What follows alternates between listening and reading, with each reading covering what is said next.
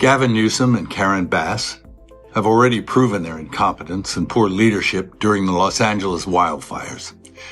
Now, as we experience rampant lawlessness and civil unrest, it's never been more clear they're unable to respond effectively and responsibly during calamity. Whether it's sheer incompetence or outright malevolence, the reality is stark. California's in a state of turmoil, and I ask my fellow Angelenos, why are Gavin Newsom and Karen Bass still in office? How much more of their destructive decision-making masquerading as leadership are we going to tolerate?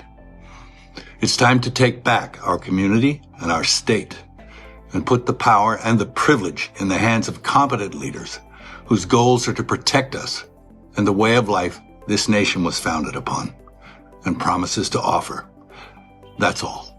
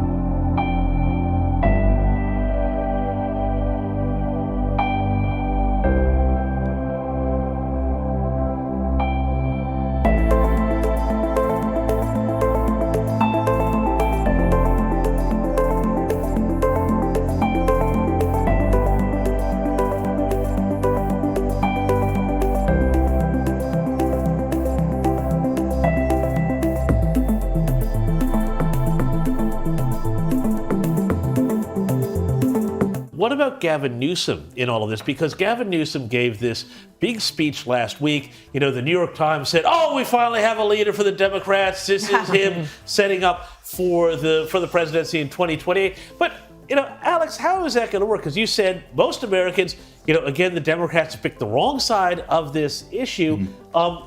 Does Gavin Newsom have a prayer of taking, you know, his anti-Trump, pro-illegal message, and that's what it is, essentially, you know, on the national stage, or will he just get laughed off of it? I mean, he is choosing the wrong issue. If you're going to choose issues that matter to the average Californian, you don't choose this particular issue because, as I said, you have Californians who are buckling under the weight of higher taxes, higher gas prices, and poor social services. You know, we pay hundreds of dollars for registering our vehicles, but then the roads remain with potholes.